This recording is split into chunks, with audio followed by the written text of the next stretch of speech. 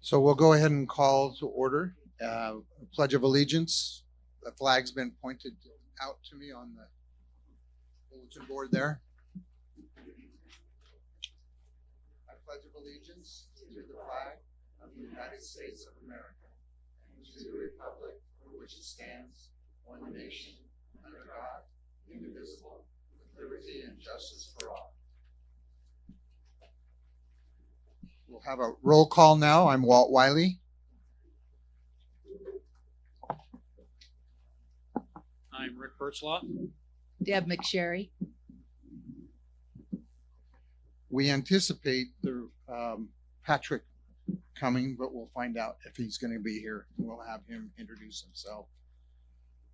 I need a motion for the approval of the June 19th agenda 24. I make a motion to approve as written. All in favor? Aye. Also an approval of the May 15th, 2024 minutes. Need a motion?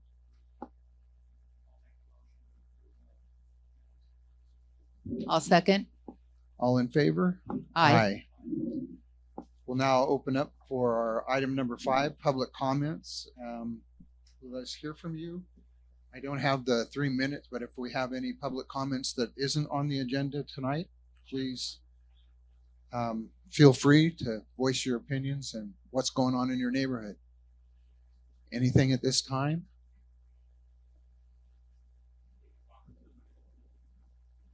Yeah, address yourself, and also during the opportunity also is that if you do have a comment to make in regard to what's on the agenda, please address it and let us know what your name is before you start.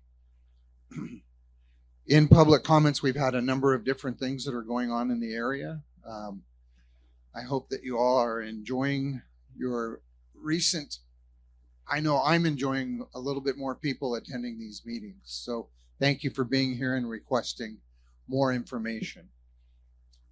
We'll go ahead and go to our public safety at this time. Cal Fire, CHP, and the Sheriff's Office.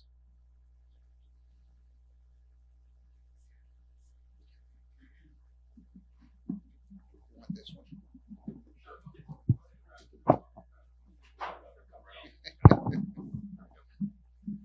Can everybody hear me? Stand over here. That's not going to work. Stand over here. Okay. Good evening, everyone. My name is Jeremy Rokoltz. I'm the Cal Fire Placer County Fire Battalion Chief for the Dry Creek and Lincoln area. A couple quick updates. As of Monday, we're officially declared fire season, so burn permits now are suspended, and all burning is suspended until we get into the shoulder season, probably October, November. Just depends on the rain. We're having our last seasonal rehire academy right now this week in Auburn. So the rest of our state-funded stations will be staffed with all of the seasonal firefighters for the fire season as of Monday morning, the 24th. And then starting tomorrow morning, we are, I know I talked about it on the last meeting, our new brush wildland engine will be put in service tomorrow morning and be staffed because obviously we're starting to get busy throughout the state, as you've seen. So we have fires pretty much across the state right now, mainly grass fires right now because the brush isn't dry enough yet to burn real well. But it's starting to get busy, especially since last year we were so slow. So this year it's a quote unquote normal fire season. So it's hard to tell on how the rest of the year will look, but it's looking like an average fire season as of right now. So we're starting to pick up and be busy. With that, that's really all the quick updates I have. If anybody has any questions, I'd be happy to answer. If not, everyone enjoy their evening. I have one thing. Sure. In regard to filling up your tenders. Yes, the I water talked tenders. to you actually when you were out, I believe, the fire on Locust Road, and I mentioned that I have a source, and I actually have an 1.5 inch source, and I was wondering how the fire department would identify that for you at the roadway. I would flag it.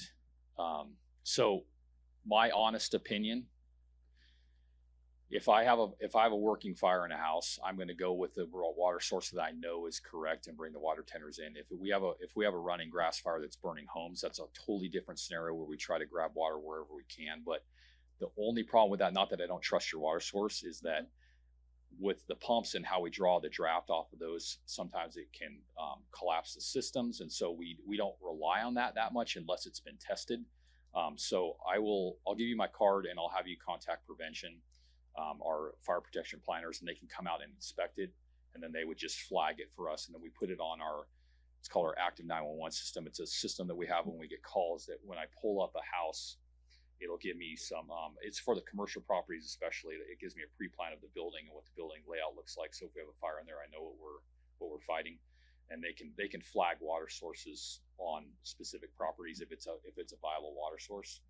So I'll leave a card for you, and then I'll let you get a hold of one of our planners, and that way they can mark it if it's a viable water source for us on a fire. Okay, thank you. Awesome, thank you. Anyone else have any questions?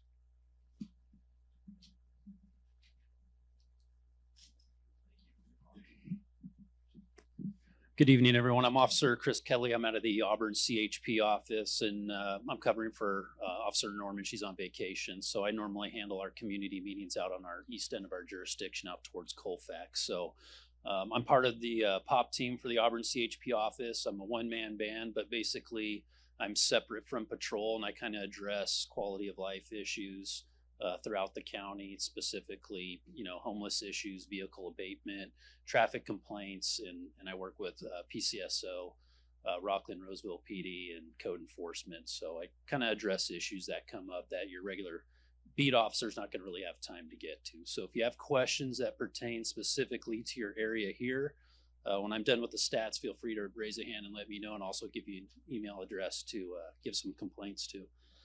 So for the month of May, for the Auburn CHP area, we investigated a total of 165 traffic collisions, made 32 DUI arrests, and issued just over 1,000 citations. We also had our maximum enforcement period for Memorial Day. That's when we try to staff everyone out on patrol the best we can to combat speeding and DUI. So I'll give you some of our stats for that. That was 127 speeding tickets issued, 18 impounds, 5 arrests, and there were 0 fatalities in our area here within Placer County that we patrol. So that's just one sliver of what the Highway Patrol does on a local level. So I'll give you the statewide stats for the Memorial Day maximum enforcement period, and you can kind of see collectively how it all comes together for us. We made just over 1,300 arrests, and 1,100 of those were for DUI specifically. So that basically averages out over the 78-hour MEP period for one DUI arrest every 4 hours. So there's quite a few impaired drivers out there that we took off the road. Over that weekend, we had 3 fatalities in the state, 17 of which were on HP jurisdiction. Issued over 19,000 citations for excessive speed, 800 of those for over 100 miles an hour, and 1,800 citations for seatbelt violations, and over 2,000 for distracted driving, which would be your cell phones, texting, and phone calls.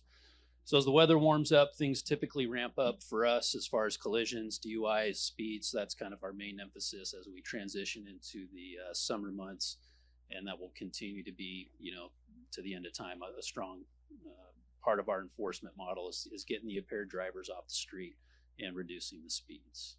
Does anyone have any questions for me on a kind of more local level down here? This is kind of a beat that's a little difficult for us to get to at times. Usually in the morning, we have a guy assigned to Highway 65. He's responsible to work some of the county roads like Wise Road, et cetera, up towards Auburn, as well as everything on this side of Highway 65. So each of us that are assigned beats have a pretty massive jurisdiction. So staffing's looking pretty good. When I first transferred into Auburn 2 years ago, we only had like 25 guys, and now we have 40. So our staffing just about doubled, and we're continuing to get some guys through the academy and back out this way. So hopefully in time, we can get an officer dedicated out here to address all the issues we tend to get. Questions? All right, thank you.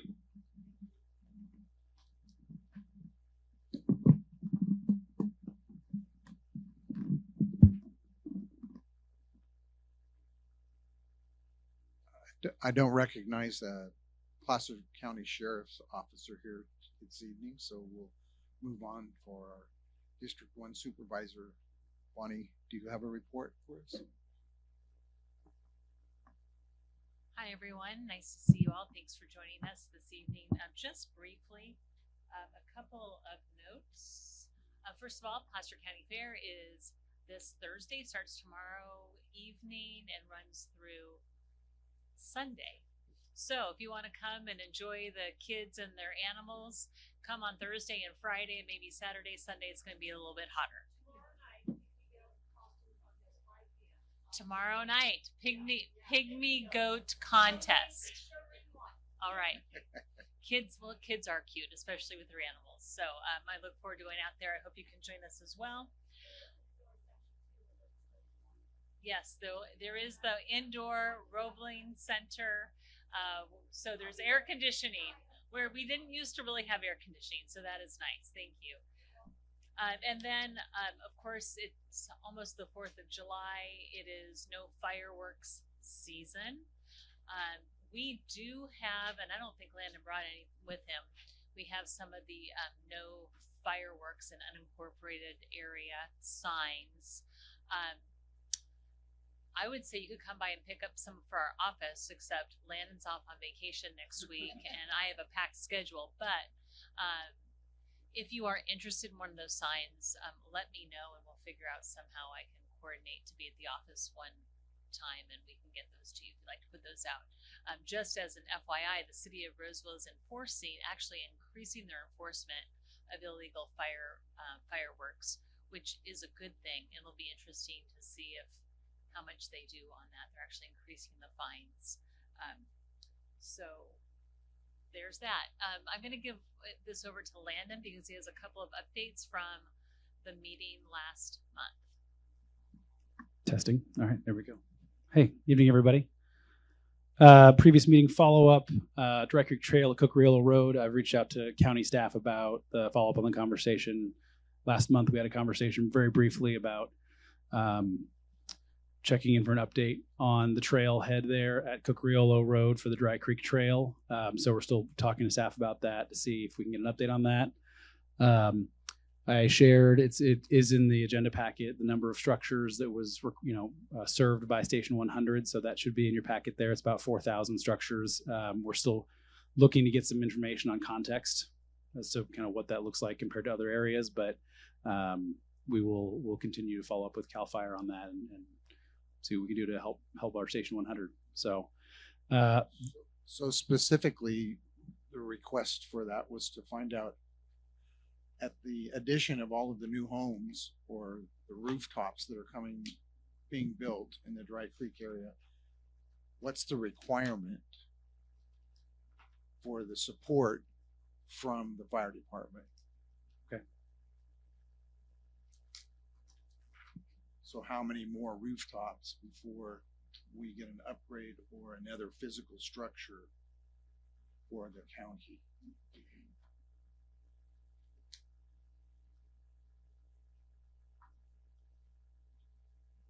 Okay. And then there have been conversations about the 300-foot rule for septic. For those of you who are not familiar, if you have septic on your property right now and you were to do any modifications to it, including maintenance of it, the county right now requires anyone within the property line within 300 feet of a municipal sewer to have to connect to it. And we're looking into that. We've asked county staff to discuss or to research and look into making that match the state standard, which is 200 feet from a structure. And also, if the cost to connect is more than double the cost of repairs or whatever you're doing modifications, to not be required to connect. So that is where we're at. Staff is working on it, and that should be coming hopefully back around to our office in the next few months. So that is my update. In regard to the septic, so would this be maintenance of it? So no, it's any physical modifications to it. So if it were to break, if you were to have something wrong with it and have to repair it, right as of right now, the code requires you to have to plug into sewer if you're within 300 feet, if your property line's within 300 feet. And we've heard from everybody here, we've heard from residents in the rural area say that's unreasonable, especially because the cost of construction and how much it takes. So we're working to get that changed. Correct. You have to. We're trying to get this on the record, so you have to speak in the microphone if you want to say something. If you'd like to, Yes. you may speak in the microphone. And name for the record. And the reality of that is that Placer County, unlike other counties, actually have it so that it's the property line, not to where you're going to put the sewer. So if I have 30 acres and my house is at the other end of the 30 acres and my property line connects to somebody who has that new system, then I have to trench the 30 acres to get down there. And so that's a problematic, right? So hopefully you're looking into that, because I know you're the one who brought it up to me, that's a difference. Sac County also has, variations. Like you said, the state of California, it's only 200 feet required. And then also maybe some exceptions or whatever that, people could be grandfathered in, because what this actually does is result in some people saying, well, then screw it, I'm not going to fix my sewer system. And then as a result of it, then it's going to cause pollution that wasn't. And that's what Sac County ran into. So anyway. Correct. Yes, that's the rule is 200 feet to the structure versus 300 feet to the property line. And we, as the county so far, have advised that, or our office has at least requested us to staff to look into changing it to match the state, 200 feet to the structure versus 300 feet to the property line. Yes.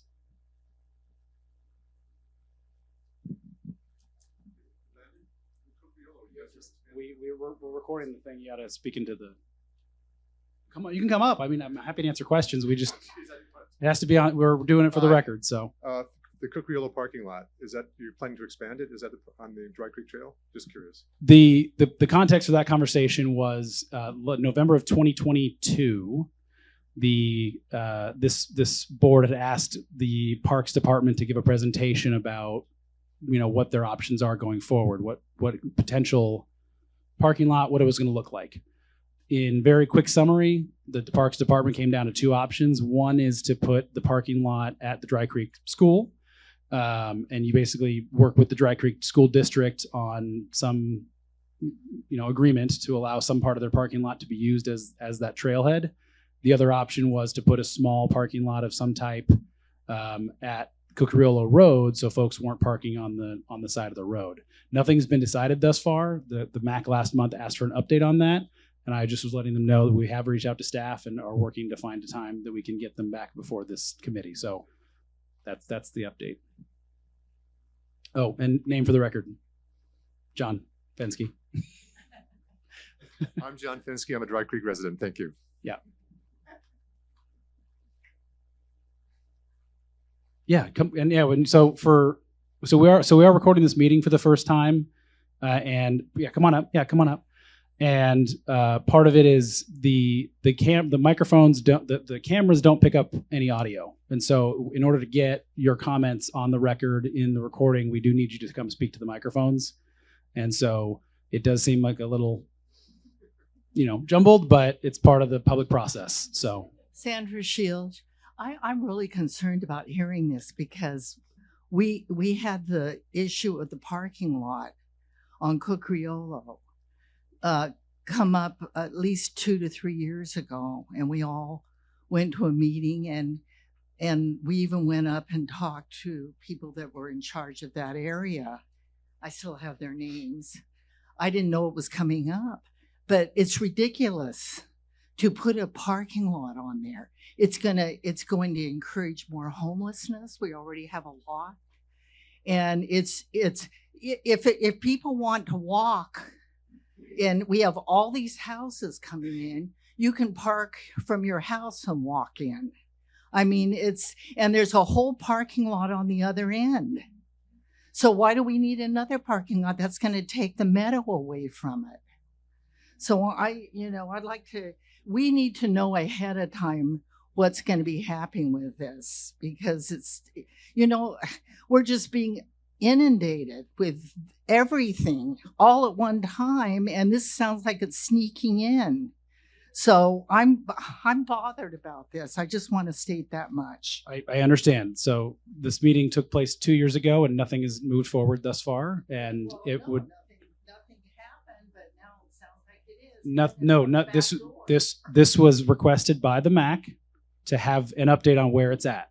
There has been no action taken. There has been nothing decided.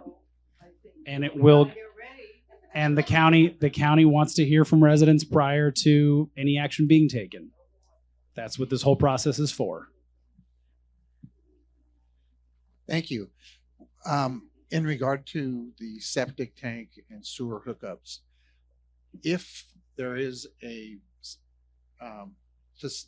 right now we don't have anything out in the general area, and as they come across within close proximity, or is there going to be availability of a hookup? Because in the past, they used to, if there was a lot, and this is in Sacramento County, not necessarily Placer County, but they would have a hookup for an existing residence. So you wouldn't have to go in and make a new hookup. There would be an actual hookup there because that property is still going to develop in the future and hopefully maintained with their septic tank. You follow what I'm getting at? Yeah, I don't have an answer for you, but I will look into Yeah, it. if that could go to the staff, that would be appreciated. There could be a hookup provided for existing residences upon installation of the main trunk. Got it. My own personal experience in our house. Okay, how about now? Okay, anyway, so they built 19 houses in back of our property, and we're obviously within 300 feet. So they did stub out a sewer line. However, it's 250 feet from my septic. So it really doesn't help me much because I've got to trench 250 feet just to get to it, even though they put it at the property line. Another 50 feet to where the trunk is wouldn't have made a difference one way or the other. I think the 200-foot rule is much better, but I think it should be not necessarily to the structure, but to maybe where the existing septic is. Because if you put it to my structure, it's on the opposite side of the house, which the water doesn't flow that way. It only flows the other way without putting in some sort of a pump. So just my thoughts. No problem. I will say as far as state policy goes, the county can be more stringent, but not less. So essentially it would be, the minimum would be to match the state's policy.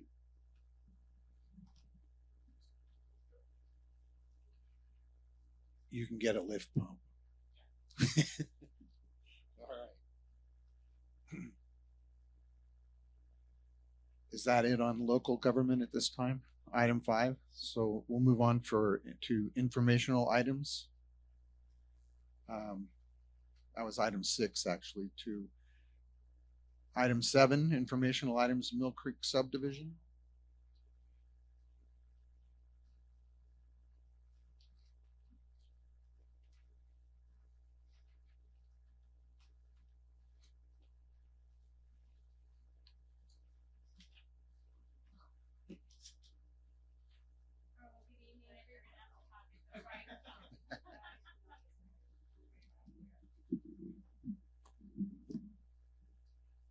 Okay, well, good evening, everyone. I'm Anne Marie Novotny. I'm the supervising planner with the Planning Services Division with the county. And my role that I'm here with is I'm here to introduce this item before you. It's an informational item only. There'll be no action taken today. And it is to present to you the plans going forward for a new development within your area called the Mill Creek subdivision. And I have with me Dave Cook. He's representing to the applicant for this project. And so I was going to turn it over to him at this time to give you an update on this project and where we're at in the process. So now I'm going to turn over to Dave Cook.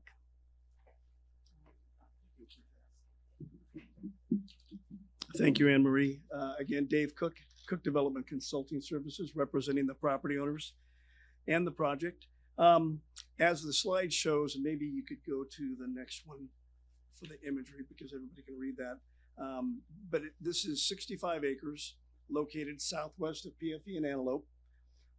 It includes about 5 acres of parks, including a paseo that runs north-south, coincident with the PG&E gas main there. Proposed 322 residential single-family lots, private streets, gated neighborhood. Lot sizes will range from, at the smallest, 4,073 square feet up to almost 12,000 square feet.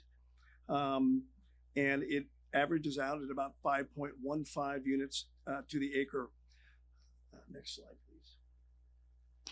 The ownership here, and some of you may be familiar with this, the old Haight Nursery here, which is accessed off of PFE Road, is at the southern central portion. And then we've got basically 3 other parcels. This, actually all of this at one point was the Pruitt property. This was farmed back in the 1800s, and the Pruitt family remains the owner of this piece, but is selling off this 25 acres over in here. So again, 4 different property owners. The nursery will continue to operate until development takes place. So it'll be there for a few more years. But as most of you know, that's a wholesale nursery. It's not a local retail nursery. Next slide.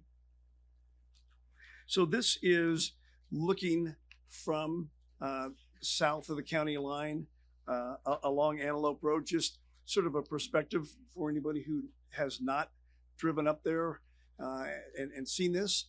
This is a water metering facility here at the county line, which this project will have to relocate to make way for the widened Antelope improvements. Next slide. And this is looking east from the western edge of the property at the future Pruitt split line. The road up to the nursery or down to the nursery would be down here just short of those trees. Next slide. And then on the western side, roughly a half mile west of Antelope, this is the current dead end at Cookriolo Road, and a private residence here with 2 structures, 2 homes actually. And you can see the barricades here. This is used by pedestrians and bicyclists coming through from Sac County up to PFE Road. Next slide. The existing land use, low density residential for the most part, industrial on the eastern side, proposed medium density residential and high density residential over here. But to be clear, high density meaning 3,000 to 4,000 square foot lots. For that, we're using, and I'll show you on the next slide, we're using RS3 simply because even though there is no lot smaller than 4,000 feet, the lot dimensions at the street to meet code, we have to use the lower zoning designation. And then, as many of you may be aware, this corner now, 2 property owners here have recently agreed to participate in the county's rezone process and have been rezoned as part of that action for 20 to 30 of the acre. Next slide. So the proposed zoning existing Res Ag B20. This is industrial here. This would be residential single family 4 and 3 over here. Next slide. So this is an illustrative map, private gated entry off of PFE just west of the entry road here, which now provides access to the nursery. Another gated entry on the east side off of Antelope. Each of these designed so that when somebody's driving in, they're not driving into a house or shining lights on a house, but actually looking at a park. This is the paseo that I mentioned, which runs along the PG&E gas main that exists there. In communications with neighbors and some refinements, one of the things that we've looked at is changing the driveway configuration for these 2 parcels over here. Right now, their driveways are slightly east of the nursery access. And a couple of issues occur because of current speeds along here, absent the signal which will be added as part of Creekview Ranch. The line of sight and the curves are such that it is very dangerous for them to be pulling out on the road. And we really can't raise their driveway. So we've come up with a concept by shifting it to where they could take access from the nursery road. They'll be about 3-4 feet higher as they connect with PFE, and that'll give them better line of sight. It also removes an easement across this northern lot, which currently provides access to the southern lot. And they'll be able to pull in along that 30-foot PG&E easement. Other things that I would like to point out on here, these lots along the north side are part of, well, there's a total of 94 lots that are 55 by 105, but because we're adjacent to these larger parcels, these are 15 to 20 feet deeper. So they're averaging about 121 feet in depth, just to provide a little bit more space along these properties. Although, as I pointed out, at least this portion of that northern parcel will be multifamily. We've got 6-foot hiking trails along the frontage, 4-foot bike lanes. That's going to coincide with what is being done for Creekview Ranch and will provide connectivity up along Antelope. Let's see, there are 90 of the largest lots, the 60 by 105, and then we've got 138 of the 40 by 100 foot lots here. And again, these 3 parks and this paseo called Park 1. This little notch down here is that water meter facility that needs to be relocated. Next slide, please. I can't see this. You can't read it either, but this is the tentative map without the colors. But at this level of detail, I mentioned the private streets. The typical section is 40 feet wide rather than the really large public streets. It's something that I've always liked in the projects that I've done. I think it helps provide traffic calming, and it's also better from an environmental standpoint. Those 40-foot street sections will be 10-foot drive lanes with 8-foot parking on either side and sidewalks. So there will be street parking on both sides. And then for the main streets for greater circulation, those will be 44-foot right-of-ways. So it's a total of 18 feet per lane combination of travel and parking. So next slide.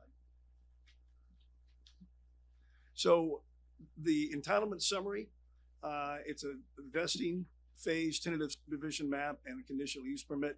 What's not listed is it will be a recirculated EIR.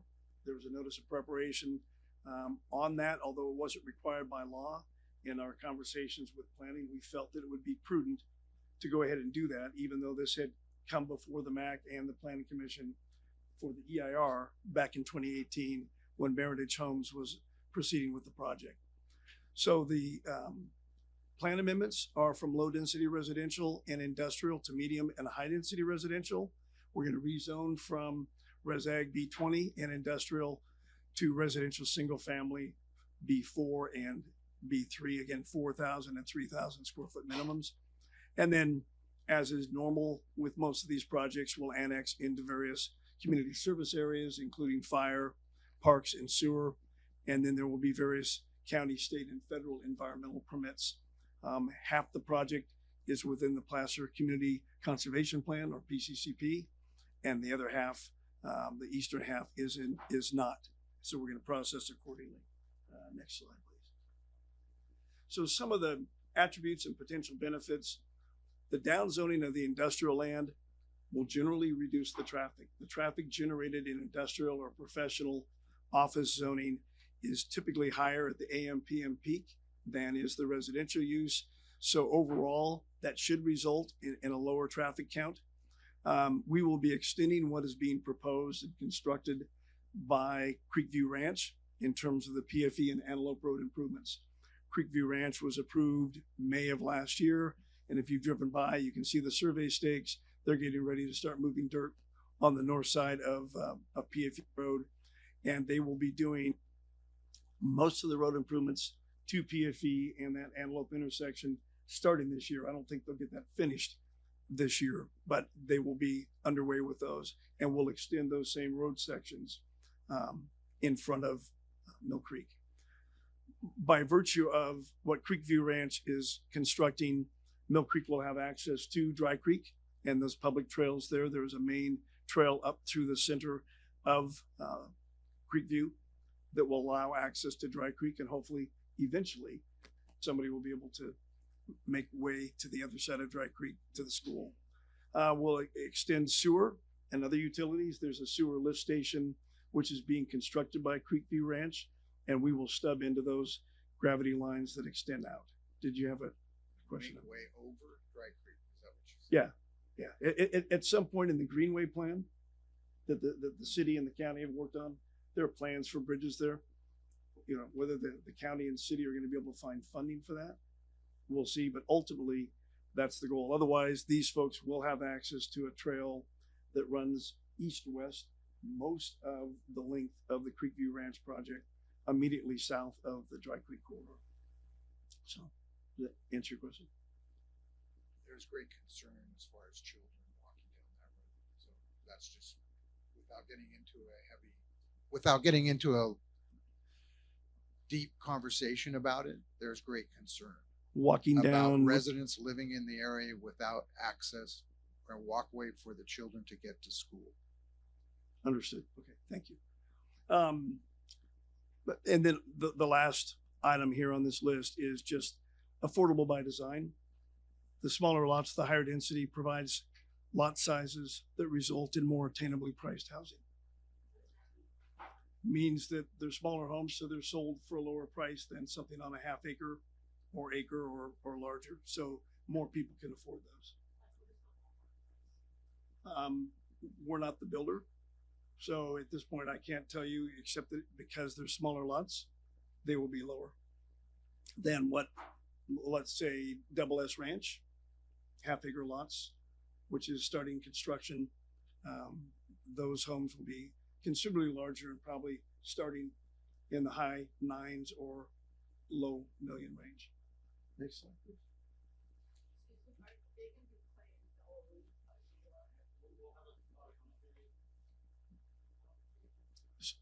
Comment period after, so that your questions and responses can be recorded.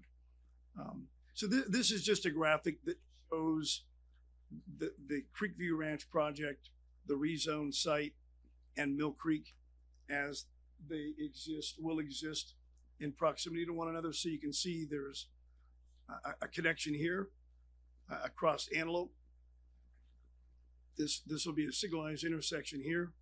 There has been talk in the preliminary studies and in the NOP, the county's engineering and survey department has asked for a signal at this intersection. They've also asked for a roundabout at Cook, Riolo, and PFE. The preliminary traffic study does not appear to support the need for either of those, but that's part of the process that we go through with the county. We have to get the analysis, have to get the data, and then we'll talk about from those results, what are the required improvements which will handle the additional traffic from the development. At the end of the day, any project has to mitigate its impacts as a result of the increased population and trips.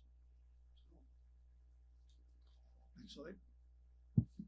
So next steps, that draft recirculated EIR should be ready for comment sometime late third, early fourth quarter this year.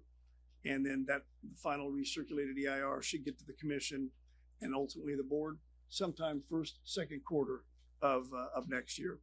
So with that, I'm happy to answer any questions. Maybe the thing to do is go back to the prior slide, just so we have a graphic up there, and I'll answer any questions, I think, from the MAC first and then from the public. Is that your normal approach, Walt? Yes, from Okay. the MAC first. Go ahead, Rick. Okay, hi.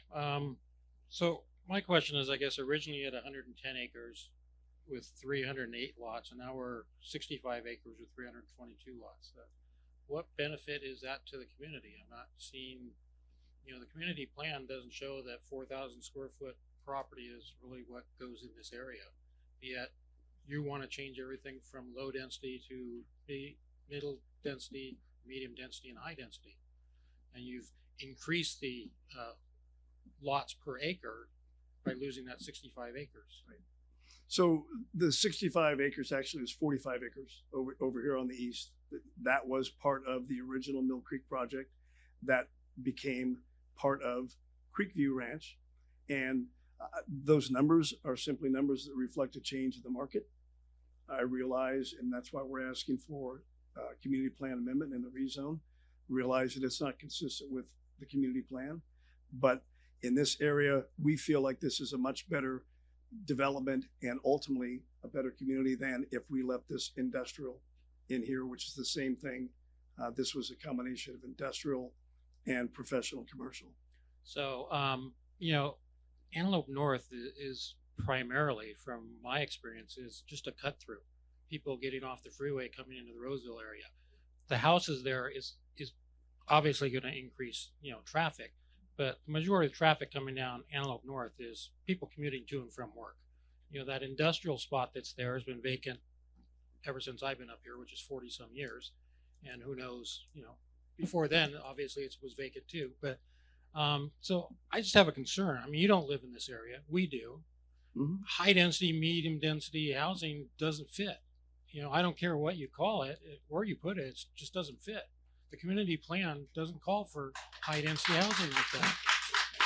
So it may be good for you that you get to build a lot more houses. 322 houses versus if you followed the plan, probably more like 35, 40 houses. I have a real issue with that. Okay, comment noted. Thank you. And then the other thing that I have is, unfortunately, and I don't know who decided this, but high school students go to Oakmont High School. It's 5 miles away. It's nothing close. So you got a lot of cars that are going to be traveling from that location 5 miles down because everybody drives their kids to school now. Plus everybody's going to Creekview Ranch. In the next couple of years, you have 1,400 new homes coming in if all these things get approved. Our total homes that the fire department covers is 4,000 homes. So we're increasing the homes by 40%, but yet we're not doing a whole bunch to fix the infrastructure. Like Walt said, how are the kids getting to school? The school's already overcrowded. I have a granddaughter that can't get into kindergarten there because they're overcrowded. So now we're going to pop in, another 1,000 homes pretty quickly. Where are these guys going to go? We're now going to bus them to other schools.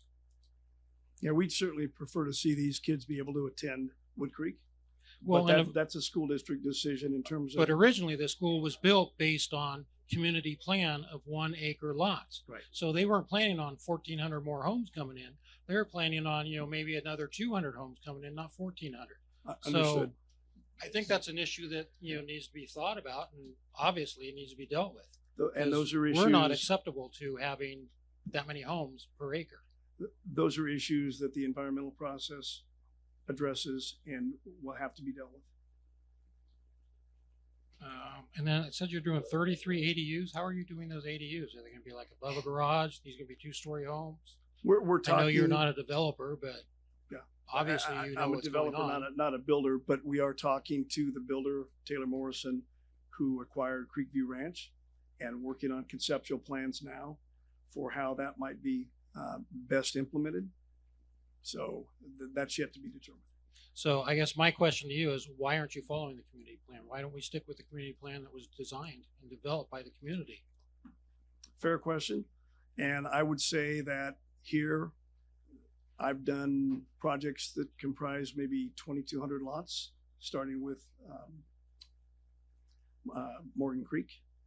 And I think back then in the early 2000s, but more so now, that community plan was a snapshot in time, and I appreciate and applaud those goals and objectives, but it does not accurately reflect housing needs today, as evidenced by the county's actions on Rio Vineyards, subsequent to that, Creekview Ranch.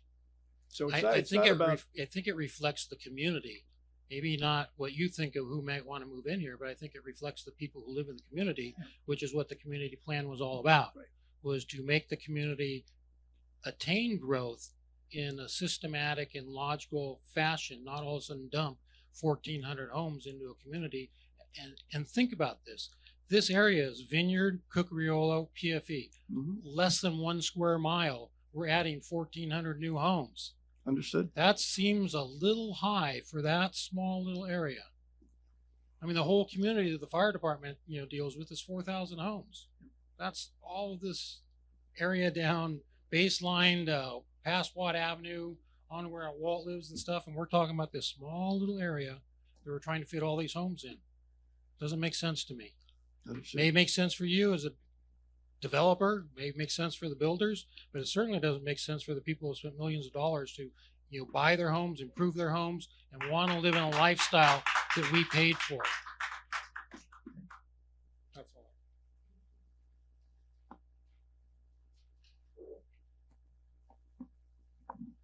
When was that initial EIR done? 2018. 2018? In the county, they're not going to hold you to a new EIR, No, they are. It's called a recirculated EIR, which means. which means that we're basically starting from scratch. And Oh, okay. Yeah. I didn't Now, understand that. when I I thought say you. starting from scratch, we took the old project description, modified it so that what gets analyzed is accurate and reflects not just the updated project description, but also reflects what has occurred in the area since that point in time. The point I was trying to make, a recirculated EIR does not require a notice of preparation. You can technically, the county could have gone straight to that and not given the public an opportunity to comment on it.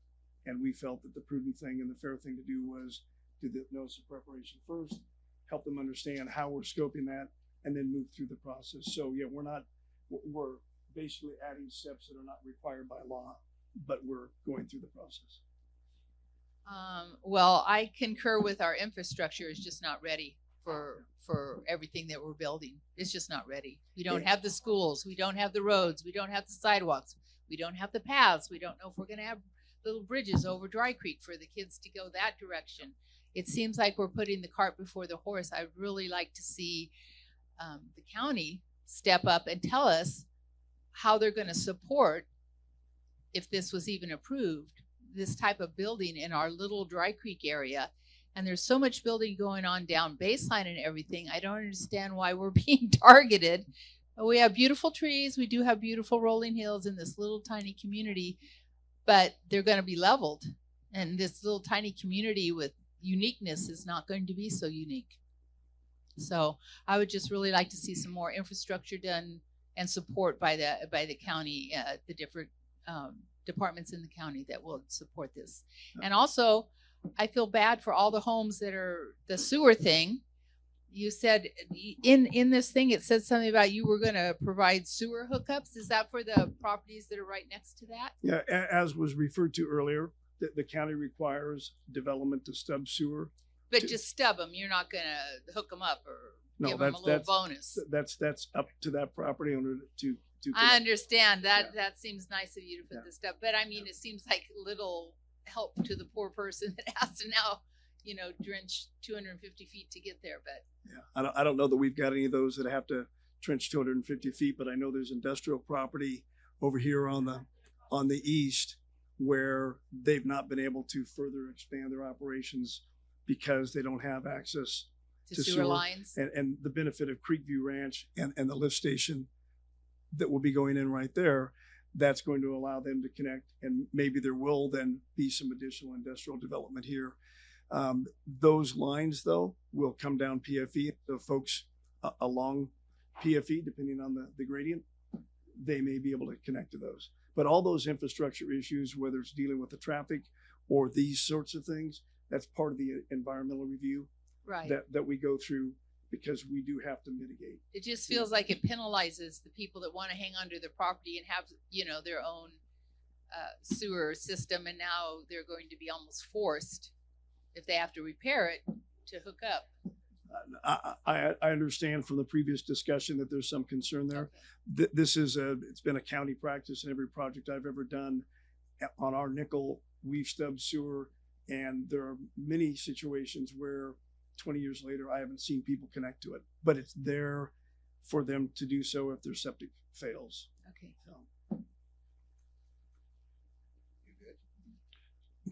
I thank you, Rick, for your comments and putting numbers on the impact of our community. And Deb, for your dealing with the other entities with this project. So my question is to both Dave and also to the county is Mill Creek summary of attributes and potential benefits. As a community member and as the members representing this community, I don't see any benefit in this project, nor did I see any benefit in the Creekview Ranch project as well. What it does is it impacts an existing community, allowing rampant growth without any responsibility taken by the county saying, yes, you can do this. Yes, you can change the community plan. Yes, we're going to revise the general plan. Yes, we're going to revise all of these things so that we're able to move forward with these projects. It doesn't pan out. It doesn't work out. When I hear, hopefully, or in the future, we might have sewer hookups on the north, actually on the south side of PFE down that line. There is nothing that we can hold on to here. There is nothing saying to us, you're going to get a bridge going across Dry Creek. We're going to make sure that your children are safe in this community. We're going to make sure that we protect you. That is what, and Bonnie has ran on protecting an existing community.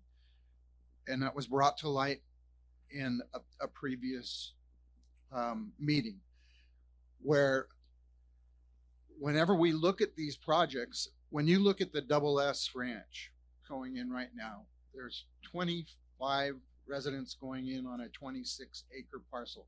That is looking at our community. How come that development can do that, but we can't do that in the ranch or the Creekview? It's constantly being thrown back in our face saying, we can't build it for that. We can't do that. Well, no, you can't get the optimum amount of money that you want to develop it, but you're not taking our safety into consideration. And this is a huge battle. There is nothing that, it doesn't really matter when we voice our opinion. When I voiced my opinion in the beginning on these high density, as far as I'm concerned, projects, and voted against them, the only one that I did vote for was the Double S Ranch. So that's because it fits the community plan. These are documents that we look at as a community and think that okay, we've covered the bases. We're going to take care of this. We're going to keep our community. We're going to support one another. And then what happens is the county staff turns around and allows this to happen. And it gets pushed forward. It gets up to, and I know that the Planning Commission listens to it. They pass these projects, and then it gets to the Board of Supervisors, and the Board of Supervisors passes these projects, but yet we're still living here and we're the ones impacted by it. How many different fatality accidents do we have to have before the county steps up and makes the improvements on the roadways and the infrastructure that's necessary if you're going to approve these projects to be built? When is the county going to step up and take care of those? It's up to the county. We heard it today about the bridge going across for the school. It all depends on the county and the city or the Parks and Rec. We've been promised a lot of different things, and that was part of the informational items that were given to us in regard to the trail and how it was going to connect. And they said, we're going to have this, we're going to have that, and we'll get back to you with the details and how we're going to get from here to the railroad tracks, or all of the different things that tie into this area. And when you look at this and you see what the county is allowing, the county staff is allowing to happen to our community, is irrehensible. So now we'd like to open this, unless you have anything else, Deb, Well, Rick. may I respond to part of that? Well, I don't see, because what, and I didn't even get into it because of the time limits that we have. Sure. And the frame, work of all this. This is an informational item. Understood. And in an informational item, the summary of attributes and potential benefits. Where are the attributes and the potential benefits to the existing community? That's what I want to know. And it says reduced traffic. I'm sorry, but I understand. And that's the point that I would like to address on your comment. What your purpose is here, Dave. I understand why you come here, why I think in the previous church meeting that we were in, that your statement was that you've crushed a lot of dreams in this area. And you're continuing to do so. And that's the unfortunate role of a land developer entitlement person. I've probably also been responsible for a lot of the neighborhoods. But did you have people that put together their own community plan and put this community plan in, and then it's not being represented by the county when the county accepted it? Is it the same situation? Do you have a Dry Creek community? Dry Creek community goes a long ways away, and their Dry Creek community is actually the Placer Vineyards project is in the Dry Creek community. I understand that, yes. And that is the impact that's being felt, that's going to really initially be felt when that development goes all the way through. So to fill in all these little empty spots is what we've been told they are, to initiate the growth that's necessary when there's already an approved plan to go that direction. So if you're going to respond, I guess the issue that I have is like 3 minutes. Can you say everything that you need to say in 3 minutes? When I spoke to the supervisors in regard to this residential rezoning, that was the hardest thing for me, to get it into 3 minutes. Can you say it in 3 minutes why this would be good for our community? No. But what I can in 1 minute or less is respond to your issue and concern about the infrastructure. I just want to make it clear that that's required by CEQA, that's required by the county, and infrastructure with Creekview Ranch will come and will help take care of a lot of the traffic problems. Certainly, it's going to increase traffic, but as I pointed out, the underlying zoning of industrial, the higher density that was on the northeast of Creekview. What you're saying is the existing zoning. No, I'm saying that with the rezone, the process that is required. Existing zoning would be possibility for more traffic, is what you're saying. Potentially different AM, but if we PM have peak. people living 24/7 in these homes, that isn't going to increase the traffic in the area. It needs to be mitigated and is required to be mitigated by the county. And as a result of Creekview, for starters, and Mill Creek will contribute to those improvements, that will help address not just the project traffic, but existing background traffic. That's our obligation in the development community. That's what CEQA requires. And so that's the only thing I wanted to respond to on your comment. I hear you, I understand, but that infrastructure comes with the development it's required to. Now, it lags to a certain extent, but the county is going to require that PFE frontage and that Antelope intersection get done before a certain number of homes get built to make certain that there is a benefit. And as a matter of fact, as I mentioned, I think the developer on that is going to be ahead of schedule for what was required by those conditions of approval and shown in the mitigation measures. So I just wanted to make it clear. I'm aware of, so I'm going to take it to a project that's been placed at Baradian Vineyards. So you have a sidewalk, you have a decomposed granite sidewalk that's washed out. We have an area in there where there was a fatality recently and it went to Roseville Police, so we're not getting a report on it. And so the opportunity here is for the recognition from the county to say, okay, you've done your part. You've got lots 1 and 2. You have Creekview Ranch, which has been approved, and there's nothing you can do about it. But when you look at Mill Creek and you say, okay, let's try and do something here special, rather than say, we've got 4 beautiful little villages, and I apologize for this, but I'm going to say it, at Creekview Ranch, these nice little villages, all I see is high density housing with some greenery around it, some green space. And it's very difficult for me to look at you and say, oh, I believe that CEQA is going to take care of this existing community. Understood.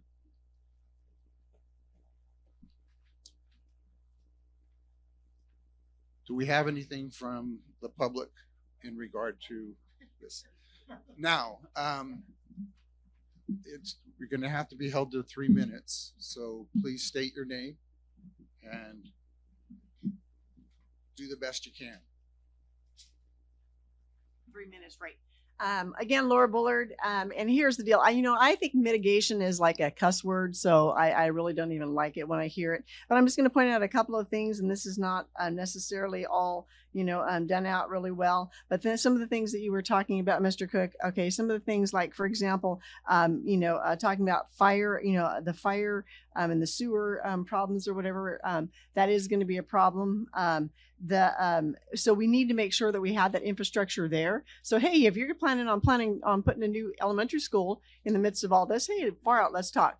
Because in case you did not know, the historic Dry Creek school was closed years ago, or several years, not that long ago, because the district said this was a declining enrollment community and the school was not needed. It was only going to cost $30,000 to hook into the existing sewer system. Creek View Middle School is a middle school. It is not an elementary school. It is already at capacity. There is also already, are going to need to open another elementary school in order to be able to deal with that. But we sold the historic elementary school because we didn't need it, because apparently there is not any freaking coordination or whatever that's going on. Same thing with fire, okay, with police or sheriff protection and all those types of things. We need to make sure those things happen. So maybe you want to put a fire department in the middle of your deal. That would be good. And you could also put another elementary school because, again, I don't think the taxpayers should have to pay for all of these things or whatever that are going to go on, so that, God bless you, you can make money. The reality is we need to take care of these things now, not later.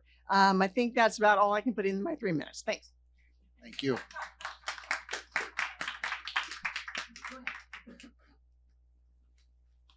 Hi, John Finsky. So just raise your, I'm only going to take like a minute anyway. Dry Creek resident. Oh, there's a clock. First of all, I don't think I can assure you there's no chance that this Mill Creek will be rezoned to Wood Creek. I think that's a very low chance, just to let you know. It's going to be Oakmont. Yeah, I'm just saying, from my opinion, trust me, I don't think it's going to happen. Okay, I want to know, have you reached out to the Dry Creek School District regarding effects on attendance, the safety of children commuting to school? What kind of meetings have you had with them so far? We have communicated with them on attendance, and we'll be working with them. Has the county also worked with Dry Creek on this? Because I haven't been aware of that. Well, it shouldn't. The process is that we work together, the county and the applicant, and whether it's the fire district, sewer, school districts, they commented on the NOP. Okay, good. So you're on communication with the school district. I just want to make sure about that. I just exchanged emails this week with the facilities manager at Dry Creek to confirm attendance areas. Okay, I just want to ensure that. Thank you. Part of the process. And also the safety of children and their commute to the school. That's an ongoing conversation. That's not something. And you've talked about the impact on classrooms and stuff like that in the school district. Secondly, I don't know what else to add except this just doesn't belong in Dry Creek. This is totally against the community plan. My parents have been here since, well, they bought the property in 1985, and it's so sad to see everything change so much. And we all know why we're doing this. It's about money and profit. And I felt the double S at least kind of stayed within the community plan. And I do believe there's plenty of profit for everybody to stay within that community plan. About 1 house per acre. I think that's possible. I really do. And so really, it's just about, I don't know who's in power here, but I think we could get a compromise and do something right regarding that. Thank you.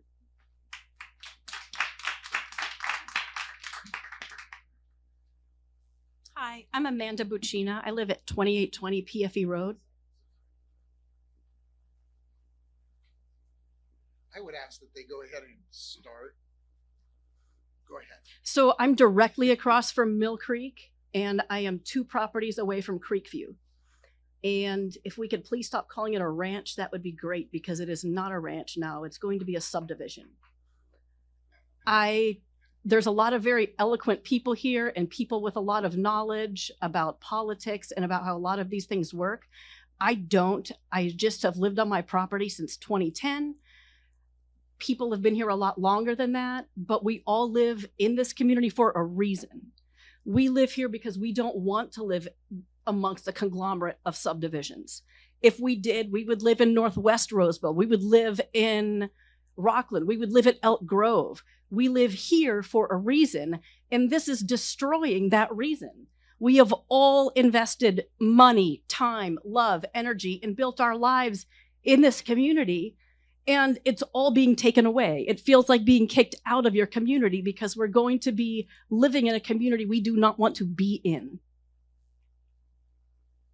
And that's it.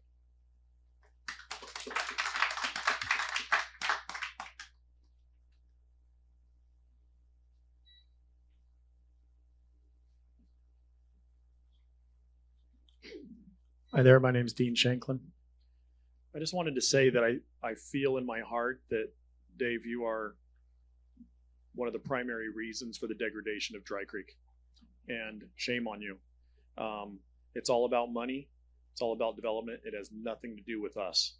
And you came at this project in a very unfortunate time. You've been very lucky on all your previous projects to get them through. I know you know how to do it, and you'll probably somehow successfully get this project through, because that's what you do. But I will tell you, you came right when Dry Creek community is waking up. We were the sleeping giant, but I'm telling you, after the rezone, we are all banded together and we are against this, and we want you to follow the community plan. And if you don't, we're going to fight you every single step of the way, starting today with this informational meeting. I know you're just sitting there going, you know what? I have to be here for this. It doesn't matter. I'll just listen to what they have to say. The draft EIR will come out. We'll hear the comments. Then the EIR will come out. We'll hear the comments. We'll mitigate everything, and then everything will be fine, and everybody will get paid, just like it happens on all the other projects. Well, I'm telling you, Morgan Creek and Morgan Greens and Real Greens, or whatever you call it, that was the start of the downfall of this area, and you created that. I'm putting that on you. Anyway, that's all I got to say.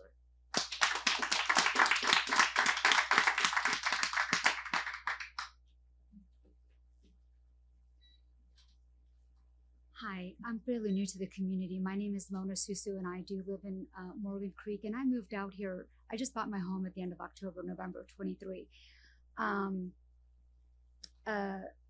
I came out here to live in Dry Creek area, to be part of the rural part. I have health issues, and I came out here for peace and quiet and serenity.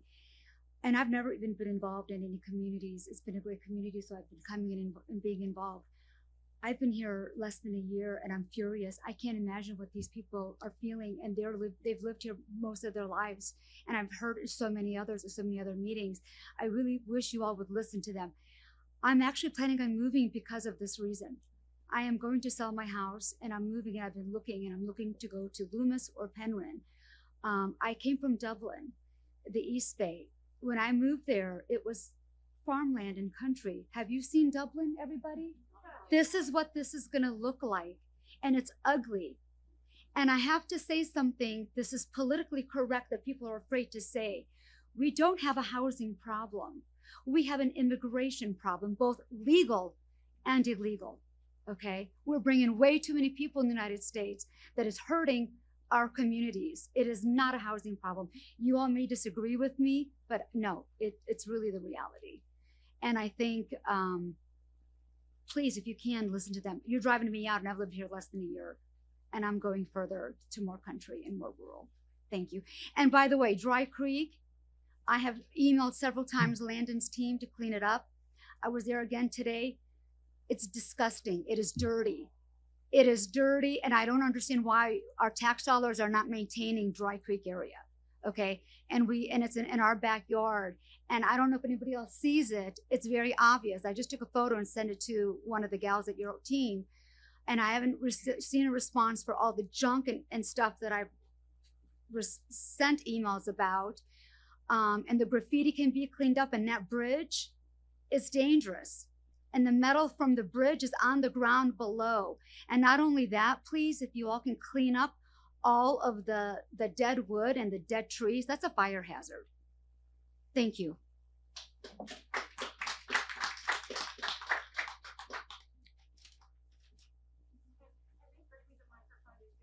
Yes.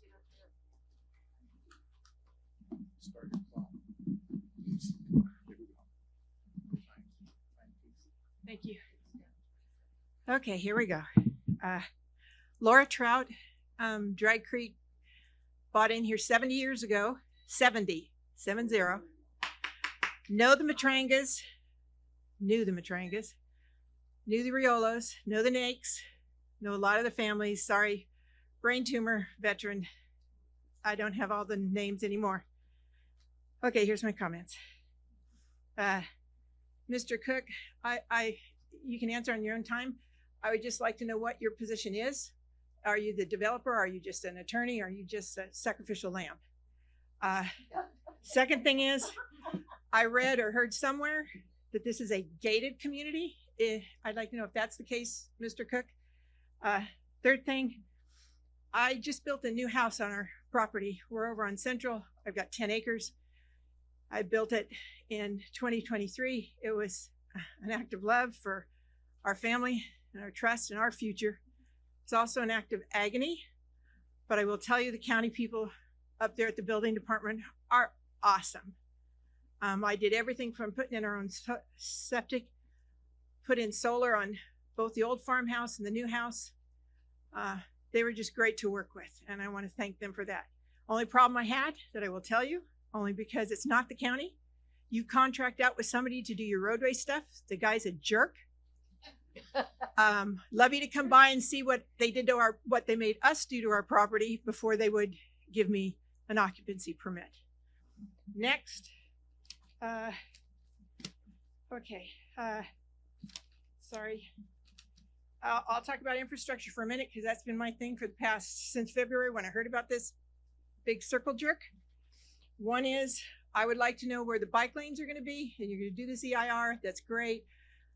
I have too much experience in state, county, and federal government to know EIRs are pacifiers. They say they're going to do them, and they do them.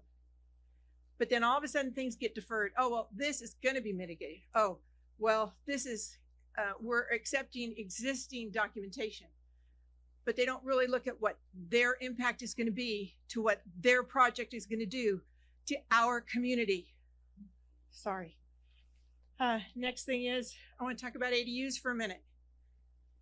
ADUs need to be qualified and verified. They need to not be related to the people that own the property. I don't want to house our kids and say, oh, we're doing an ADU. We're providing assistance to somebody that might be unhoused or someone that might be underhoused. I would like to know if there's a lease to someone they're not related to in that ADU. I'd like to know if there's a senior citizen living there that they're not related to. I'd like to know if there's going to be a disabled person living there that they're not related to. I would like to know if there's a veteran living there that they're not related to. I'm going to keep going. I would like to know if there's somebody with government assistance that they're not related to. I would also like you to grandfather all existing septic systems that are in existence, current as of the date that the development starts on this project. Every single one of our property owners and every single one of our septic systems need to be grandfathered in so that we can continue to live on our property and not be pushed out by the expense of paying for things that somebody else is going to benefit from. And the last thing I'm going to say is, maybe when you're doing your EIR, please do a current traffic study and look at not just absorbing an existing study. I'd like to know what the schools are and how many doors are going to be going to those schools. I'd like to know what the fire response is for every door that's being built in those communities. I'd like to know what the ambulance services are going to be for every door that's in those communities. I'd like you to not be able to just pay off some piddly in lieu fee and then decide you're going to overbuild your system with more McMansions and not put in any low income housing. I want to see people that need to live and work in this community, that are serving our communities, be able to afford to live in these communities. And when these houses get planned one way and then built another way, and all they do is toss a couple of $1,000s at this county, and then they get a McMansion that instead of making $15,000 or $50,000 off a house, they'll make $50,000 to $150,000 off a house because they've double built them for the size of the lot they have. And the last thing I'm going to say is what I forgot. There were about production agriculture here. This is what our community plan is. If you start with production agriculture, and then you understand that a lot of our kids are in 4-H and they're in FFA and they're in Grange. I don't know if that exists anymore. I'm but not it going to used cut your mic off, but All right. we've gone. Thank you. Please look at our community plan. Please consider that we're the people paying the property taxes for the stuff that's all going to get pushed down the road and left and dumped on us.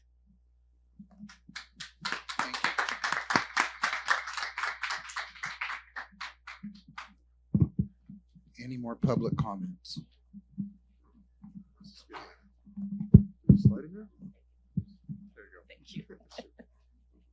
So I have a question about all of your developments, all the other ones that are going in here. You said you've been talking to the school. Where are these kids going to go? I mean, the school is already overcrowded. Like Rick said, our granddaughter tried to enroll in kindergarten in February or March for this next coming year, and she was told that school's full, can't go. They gave her referrals to some of the schools in Antelope, not where we live, and their attitude was, well, kindergarten's not required, so it's not a big deal. But next year it will be required. You have to go to a year of kindergarten before you can start first grade. So it is an issue.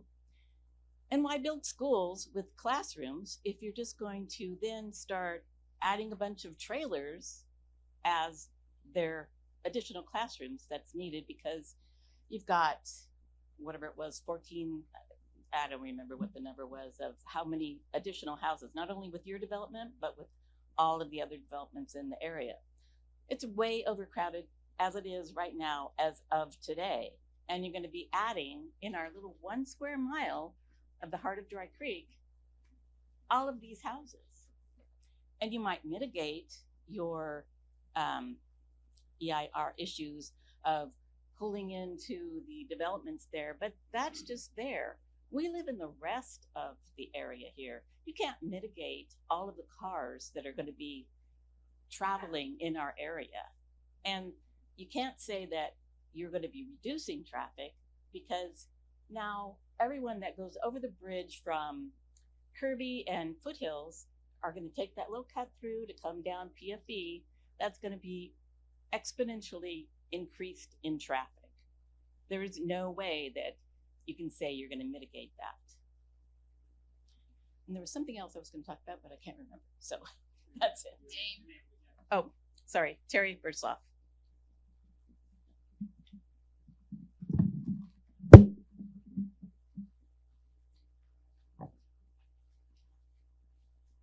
Go ahead.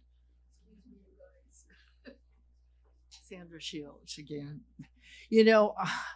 I want to ask about Melrose, because we've been paying for it all this time, even though the people on one side of us aren't paying it at all. We've paid for the trail, which is well worth it. But I want to know what the situation is with Melrose, with your developments. Would you like me to answer that? Yes. It's the Within decision. your 3 minutes. I feel like we've got something rolling over us and we're all being suffocated, but thank you. I already said. Sandra. Good listener. Sandra Shields. Sandra, the decision for a development to include Melrose is up to the ultimate developer builder as to whether the infrastructure load, the marketplace is such that they need to put bonds onto the property. That Melrose is only for the properties that they propose to be included. It has nothing to do with anybody living elsewhere. So it's fairly common for one subdivision to have a Melrose or a CFD, Community Facilities District, and the one right next door not to. Doesn't seem fair. Well, it's a financing mechanism. Because we're contributing to the overall upkeep of the community. We're providing money for the trails, for the schools, and for well, mostly for the trails and the infrastructure of all these things. That So are going on. every Melrose district is different, whether it's a specific plan or an individual project. Well, that I'm makes happy it- to chat with you after. Okay, the it meeting, makes but it convenient, it's doesn't it? It's a burden on those who buy into the neighborhood, which may or may not have the Melrose. It doesn't affect anybody else. Okay, one more thing. You know, our grandkids are going to have a tough time ever buying a house for the price that you quoted. You know, it's. I didn't quote any Well, price. you said somewhere going to be 900,000. I was talking about what happens when you are building today on a half-acre lot, such as Oh, okay. WS Ranch. Well, you know, I just hope that, you know, some of these developers would have a heart and, you know, include everybody in the possibility of being able to live in a decent house and not live in a cracker box. Understood. And what I mentioned earlier was this is affordable by design. The smaller lot size results in a smaller home, results in a lower price because of the cost. And that's our hope, to be able to provide housing for those who can't afford the larger lot, the larger home. Thank you. Any more comments from the audience? Okay. We'll go ahead and move on to item number 8, action items, adoption of standing MAC schedule, presented by Landon Wolf. Well, good evening still to everybody. My name is Landon Wolf. I serve as Chief of Staff to County Supervisor Bonnie Gore. I'm the main coordinator of these MAC meetings, so that is why I'm presenting this item before you. So a little background on this item. When I came on board in 2019 with Supervisor Gore, when she was first sworn in, this group met met bi-monthly, and it was in the odd numbered months. And then if we were to have a meeting outside of those specific months, we'd have to notify everybody of a special meeting because it was outside of the normal standard times. This MAC asked to meet every scheduled month, and on that same sort of theme, if we do not meet, we have to send out a cancellation notice. So those two things, that's kind of what's happened now. Another more background on it. So there are 13 MACs in Placer County, including West Placer. And if you look here, I've put them all. Everybody who's not District 5 is on the left side. And then District 5, my dear friends in Supervisor Gustafson's office, have 6 MACs that they manage. So if you look at their calendars, a lot of these MAC, the highest number of meeting frequency is bi-monthly. There are a couple that meet quarterly, a couple that meet monthly, but for the most part, if you look at this, am I on still? For the most part, it is every other month. Excuse me. So the action being proposed today is to change the language of the meeting frequency. And the idea behind this is that we will definitely be meeting every other month. And that is my assurance to you. And I believe that based on the amount of information, right now we've had this wave of frequent meetings because of different issues coming up, consecutively. But that's not always the case, and this is actually a rare occurrence in the 5 years I've been here. Most of the time, we have not had a lot going on as far as development projects go. But I also know that there's been some requests for kind of a general community conversation on a regular basis. So this is the proposed language I'm bringing before you. We will meet the third Wednesday of odd-numbered months, as we had started in 2019, and then as needed on the third Wednesday of the even-numbered months. Listed there at 6:30. Meetings will be held at the Creekview Ranch Middle School, and this unless otherwise noted. And this language would be part of the information about the MAC. Okay, I will correct that. This language was this was modified from the when it was still held at the library. So I thank you for that catch. Appreciate that.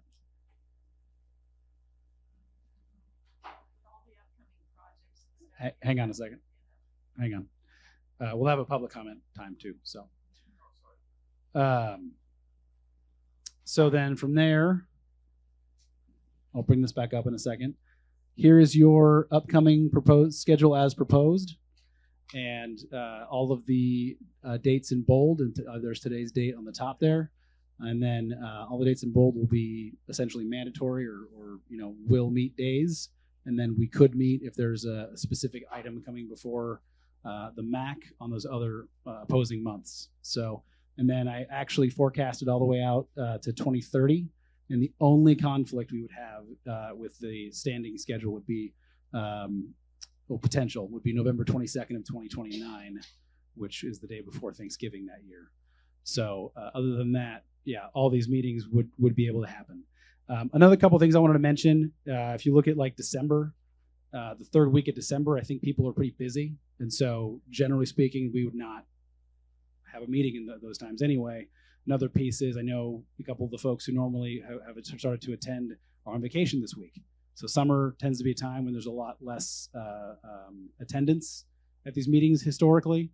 And so out of the gate, there's 2 months that I can think of that we wouldn't have a standard meeting. And then the other piece is I still think, kind of as alluded to in the crowd a second ago, I still think we would meet likely 8 or 9 times a year. Like there will still be quite a bit going before the Dry Creek MAC. And it's not to say we won't meet on the opposing months. It's just that we will for sure meet on those odd numbered months. So I think, so for conversation's sake, another piece, we've gotten a lot of requests about parks. Hey, can you have the Parks Department come down and give us kind of an update? I know the district attorney has a lot of great content. They're doing a lot of great projects that we want to help you folks all know what's going on in those offices. Probation, agricultural parks, I mentioned them. Health and Human Services, we had a presentation about, Supervisor Gore presented about homelessness a few months ago. And so the Health and Human Services office does a ton of work for our residents, and a lot of folks don't know what exactly is going on. And so we think it is an opportunity to let you all know, hey, this is where your tax dollars are going. This is the programs that support our residents and all those different things. So, and then another thing that has been requested is regular updates for development and construction. Again, regular updates for parks and public works has been quite a big part of the conversation today. So I think, yeah, so I'll go back to the proposed language and send it over to the MAC for discussion. Any comments?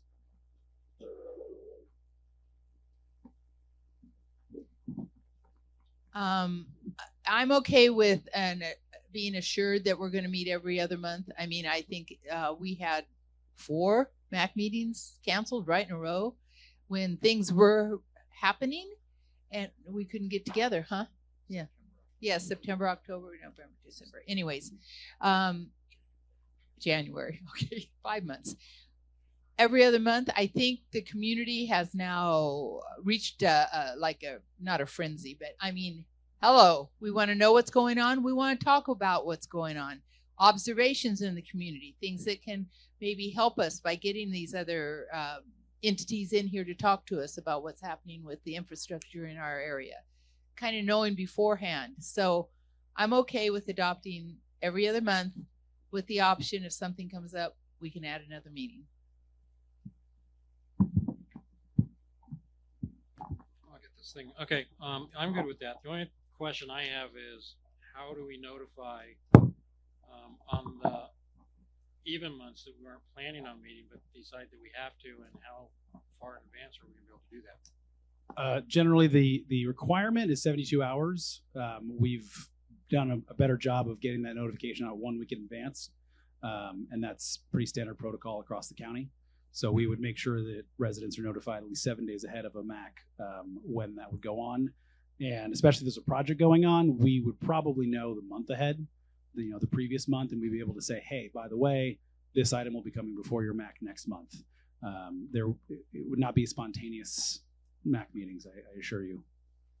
All right, I mean, that's my only concern, and I agree with all the stuff that's going on. We should hopefully know ahead of time, because to get people to come out, they got to know about it. If they don't know about it, and 72 hours isn't very much notice to let somebody know, hey, we're having a meeting at 6:30 on Wednesday. A lot of things go on for people, but so I'm just, and I know we need the 72 hours for the agenda, but is there a timeline that say, a week after the meeting that we need to meet again on something? Yeah, and that would be up to our office to make sure that make sure you all know, hey, Okay. there will be a MAC meeting. That's part of the protocol. My job is to give you a heads up, and that's standard practice. And again, standard practice of the county has been 7 days ahead of a meeting for actual noticing and preparation of the agenda and distributing the agenda. And the 72 hours is just the legal requirement. And I have tried as hard as I possibly can to make sure, to your point, like folks know way ahead as hard as they can, because we thrive, we survive off of public input. We want to hear from you. And so we want to make sure that you all have the opportunity to not only know the meeting's happening, but enough time to actually review the documents ahead of the meeting so that you can give an educated input on those items. Okay, 'cause I think it's valuable. Like was mentioned before, when I first started hearing about this, when I moved into the area here, meetings kept getting canceled. Want to go to a meeting? Well, I get being canceled. It's like, well, what's the point of doing this? I think people will show if they know that there's going to be a meeting. I think having, every other month at least, that would be good. But the other thing is it needs to be something of value for them, because for people to take 2 or 3 hours out of their night, it's got to have value to them too. Absolutely, and that's a great point, which is why I already sort of started compiling this first list of stuff. Is in my mind when this was requested, I was like, what are we going to talk about? And then I was like, well, there's quickly remembered there's plenty to talk about. So yeah, like that was another part of it, was let's build some programming in so that there's a value, and perhaps a different subset of the population wants to join us every different meeting, and ideally they continue staying involved and engaged, and maybe they enjoyed one meeting, they show up at the next one. So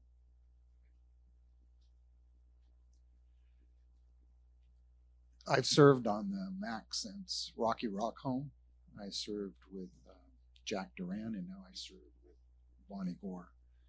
And during that period of time, which we're going to go back to, which in the statement here is originally in 2019, it was in every other month. And that's because of 2008, when everything just fell flat. And so as it's regained momentum, it's been very important to attend these. But I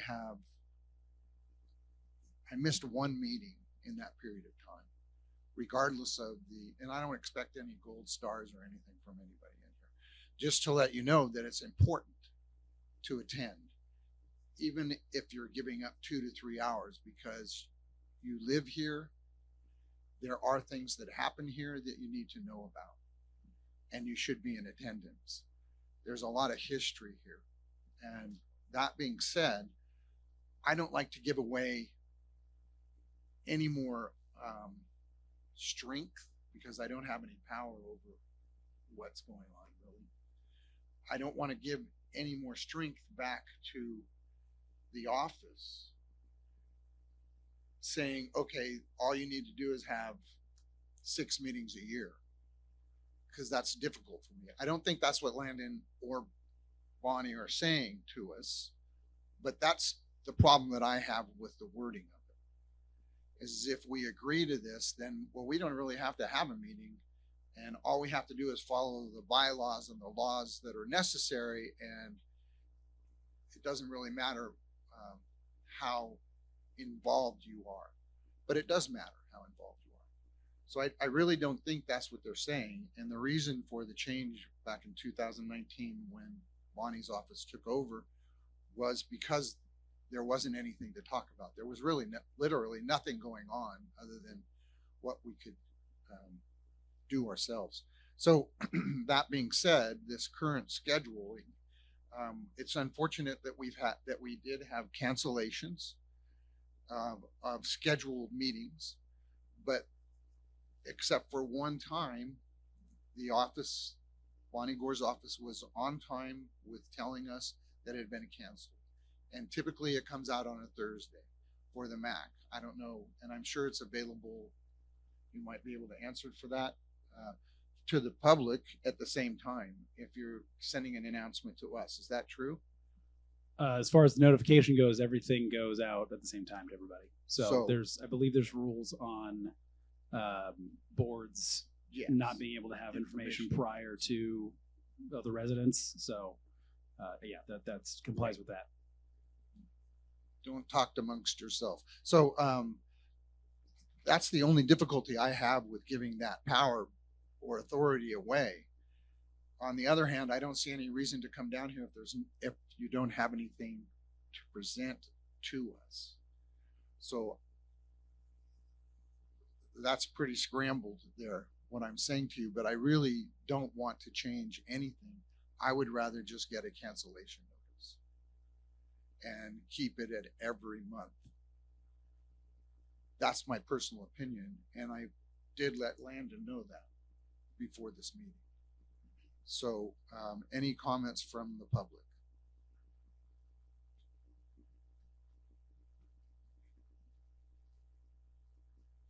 Go for it. Dean Shanklin. I agree with you, Walt. I was almost wondering if I was even going to get a public comment because Deb and Rick had already kind of said, hey, they're for it. And then Walt said he's against it. I was like, that's almost like a vote unofficially. So, but I would say that right now is the worst time to change it to every other month, even if we hold an occasional extra one. So much is going on right now. If you can't fill up this schedule every single month right now, you'll never be able to do it.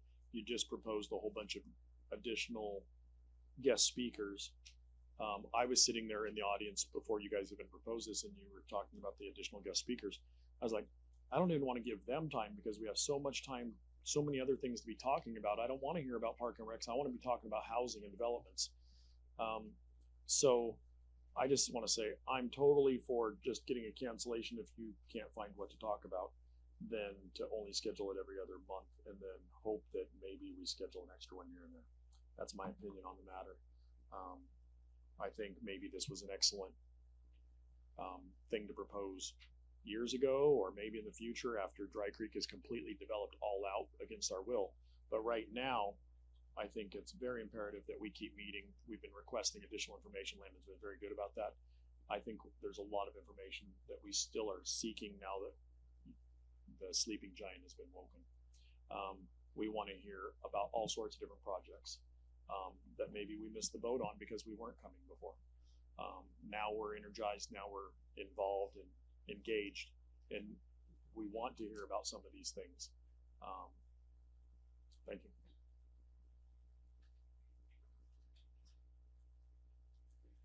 Laura Bullard, I would concur with Dean.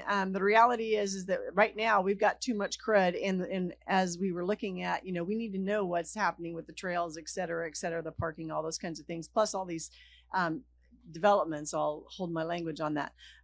But the other piece of that is I think it makes it more consistent in people's minds. It's like, oh, it's the third Wednesday of the month. What have I got going? The MAC meeting. Okay. Because I don't, wait, is this the first or is this that, wait a minute, let me figure out which one on my knuckles or whatever. Is it an even month or is it an odd month? Okay. I think that by doing it consistently every month, and then if we have to, there's nothing you can't come up because, Landon, I was impressed. You could come up with some good stuff that you can't find anything else to do, then you could do a cancellation. But right now we've got so much stuff on the docket. I'd say let's go every month.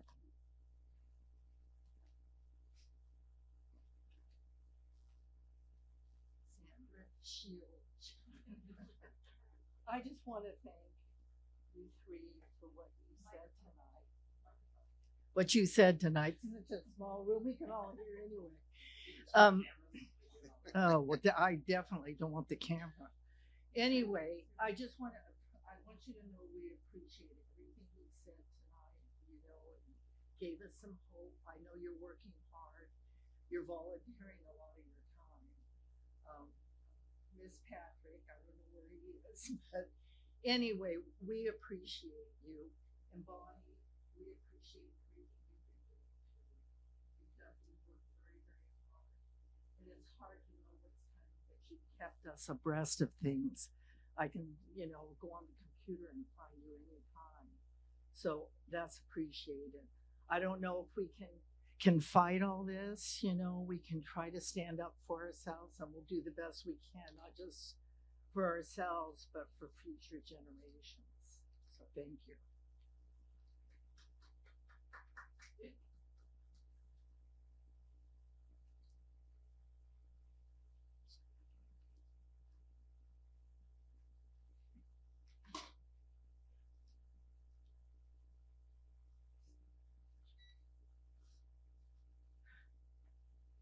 Not as crowded. I don't mind coming up.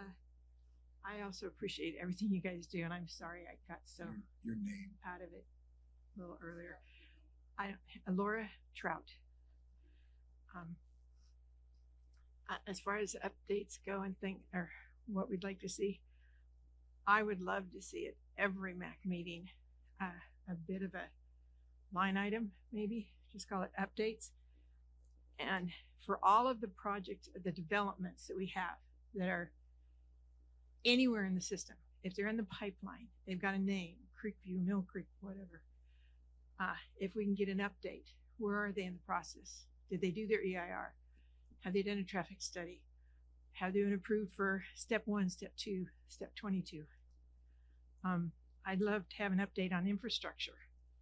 One of the biggest things that I tended to rant about for the last 3 months is infrastructure in Dry Creek as it relates to bike lanes for the kids and safety, gutters and curbs and sidewalks and street lights, and then if you want to take it beyond that, fire safety, ambulance services, things that we can't get to. We have people that are permanently crippled in our community because the fire department couldn't get to them fast enough, or the ambulance couldn't get to them fast enough.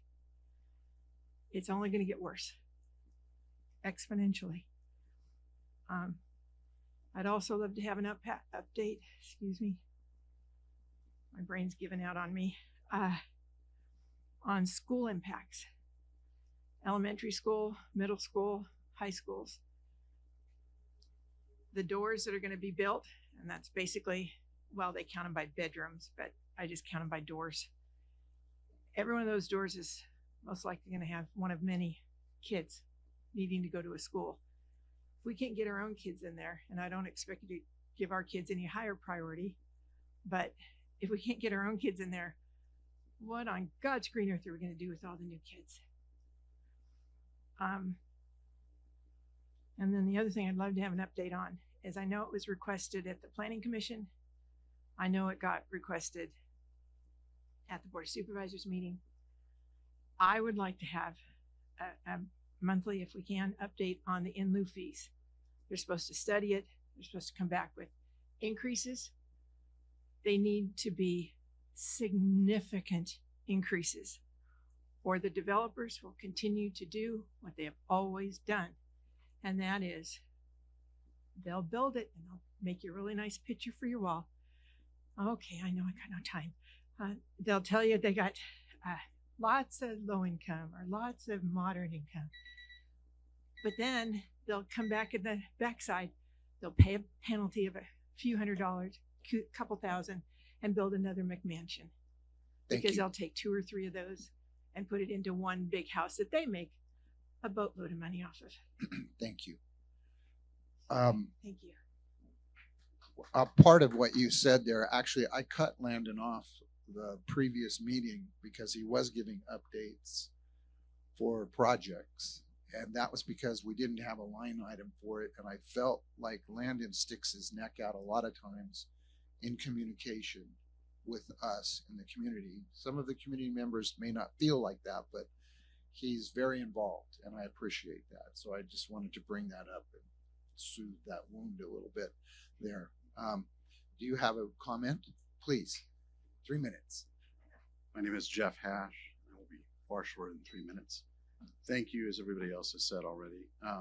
the questions I have, probably best for you, Landon, are process related. If there's to be a meeting on the even months, who decides that? What's the criteria? And can community members request that meeting? If so, what's the process for that? So not necessarily to address right now, because you might need to figure that out, but I think that is, if you move to the to the odd month schedule, we need to think about process so that people can be heard and understand what the standards are. Thank you.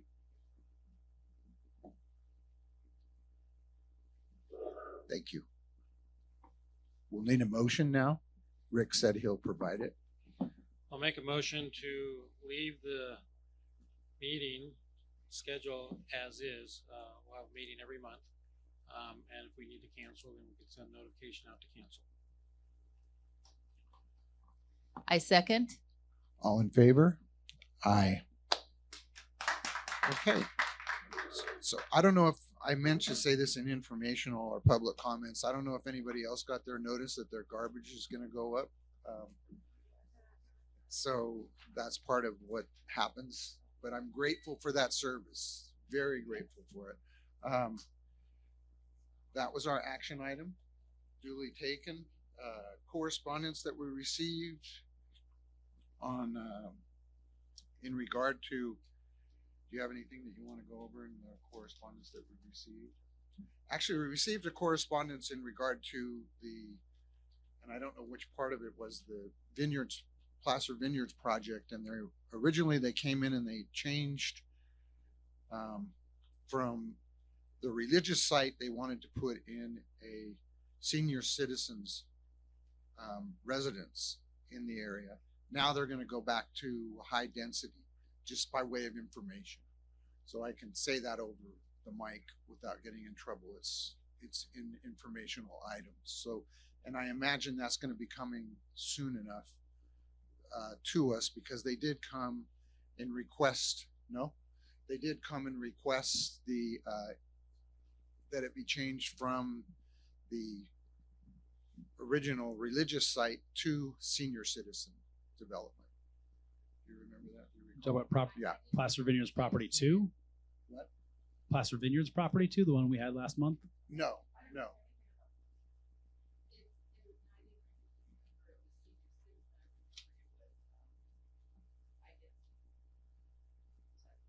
They want to change it to high density. The religious, yeah, but originally they came and they proposed that they were going to change it from the religious sites to the senior citizens or seniors residents. Yeah, that's the one. It's Placer Vineyards Property 2, specific plan amendment, development amendment, agreement, and development phasing plan, large lot vesting, tentative subdivision maps, small lot vesting and tentative subdivision map, and density bonus. It's stated in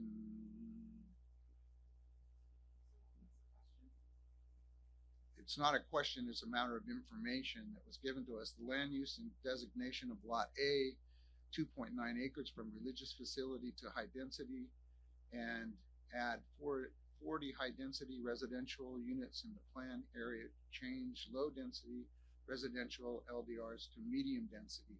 That was what was. That's okay. So informational item. That's the item. That's the item that went before you, I believe, Correspondence. last month or the month before last month. Placer Vineyards property 2. June 27th. So that's the public notice for the planning commission hearing for that same item that you've already heard. Yeah, that was the Woodside Homes presentation. Yes. That explains it. So, well, June. It's supposed to be for the next one. It's supposed to be. Yes. Yes. So that is the public notice for that item to be heard at the planning commission. Right. Yes. No, the high density didn't come to the MAC. For the religious site. The subdivision, the tentative subdivision map proposal is what that is describing. The action that is being taken by the planning commission is what was discussed at the previous MAC. Okay. It might have been two months ago. So it would have been in the minutes. That's a good thing to reference, isn't it? So it's 2 months ago. I did not. That was the one I didn't. I believe it was a 3-1-0 vote. Yeah, 3-1-1. And that's because there wasn't and the reason for my nay vote was because there was not the presenter or the applicant could not say who the contractor was, couldn't verify that it was going to happen, but he said it's in the works and we're working on a contract for it. So because it was so vague and I could not.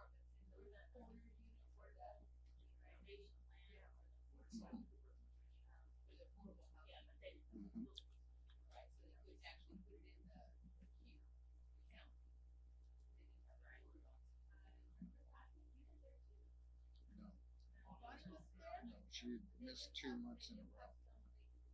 Can you, Deb, can you speak to the microphone? Yeah, turn on the microphone first. They couldn't count it because they didn't have a builder, so they couldn't confirm that it was for sure going to be a deal, but they were going to designate that land for those homes, but they couldn't guarantee really that they were going to be built out for that purpose because they couldn't find a builder yet to commit to doing that, right? No, you're almost there. The issue with the RENA rezone is that that property was not likely going to be built out within the RENA cycle. So only within this 8-year cycle can those properties be counted for our RENA numbers. So when they rezone that property and the infrastructure gets there will, I believe, likely happen in the next RENA cycle. And those units will be counted towards that RENA number, but cannot be counted towards this one. That's correct, but that's correct. I was going to speak with so the partners. It wasn't a matter of being included in what the decision was at the supervisors meeting last month. This was the county had reached out to the petitioner to build high density in that location. To zone for it, yes, because they were asking for a rezone on other issues. The county response. But they couldn't actually commit to it because they didn't have any contract with anybody to do it, but they were proposing that would happen in that location. So yes, the rezone, yes. The only thing that the developer can do is make sure the area is zoned for that purpose.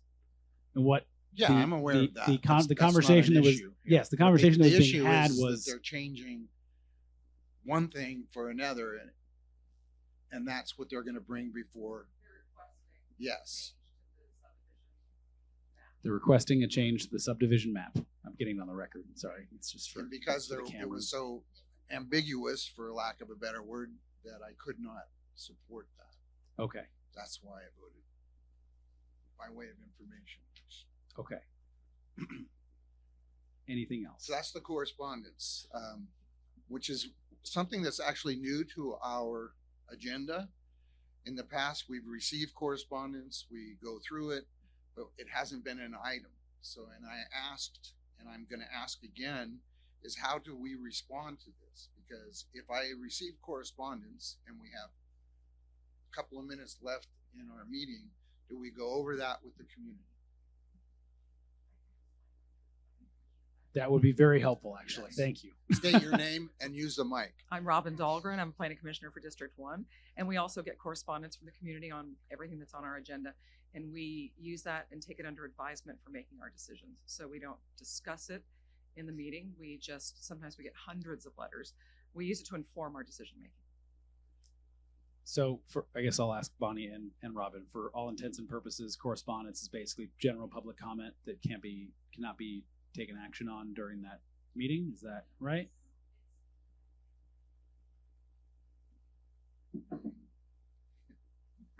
It's written public comment versus verbal public comment. It's written, it's provided as a part of the record.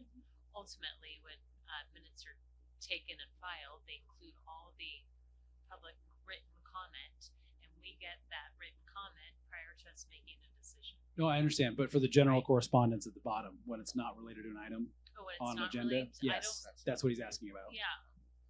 I don't know, because I'm not sure who's giving you general correspondence. So, I mean, for us, it's all about, I mean, I get that under public comment as well, but it's just, you take it under advice. So from my understanding, I guess I'll since I'm the guy sending you guys a lot of this stuff, is this is just kind of FYI. It's, hey, we received this information. Somebody said, can you make sure the MAC members receive this? Or I said, hey, please receive this. And it is just for your general knowledge.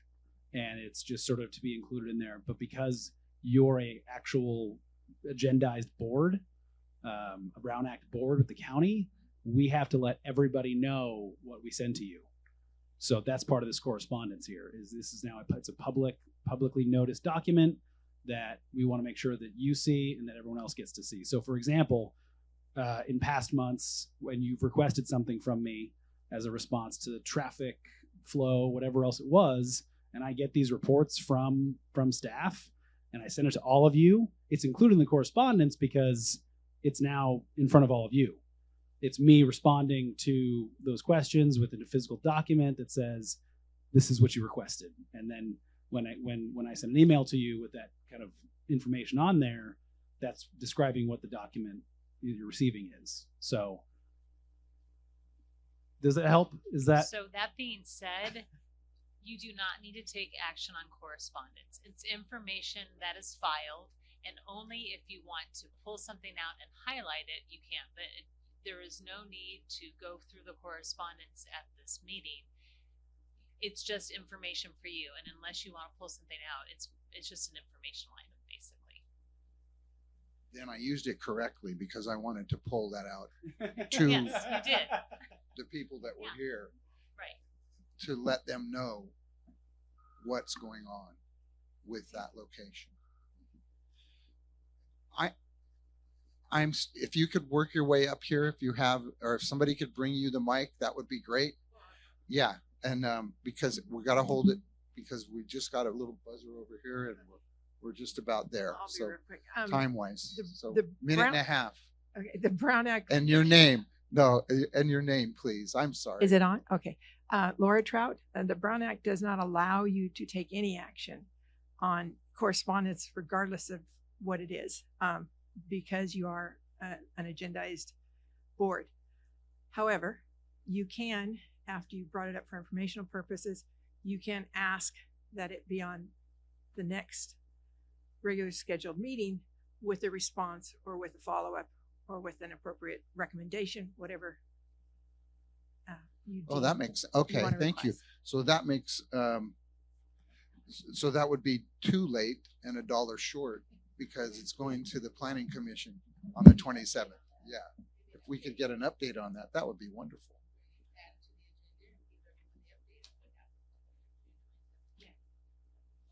Okay. That sounds wonderful. Thanks, Mom. Landon, what they do at the planning commission is they come back to us at every meeting and let us know what the board of supervisors voted on the things that we discussed. So you could do the same for them. When we talk about it on the 27th, you can tell them what the results. Okay. Then we don't have to go to Facebook. Okay.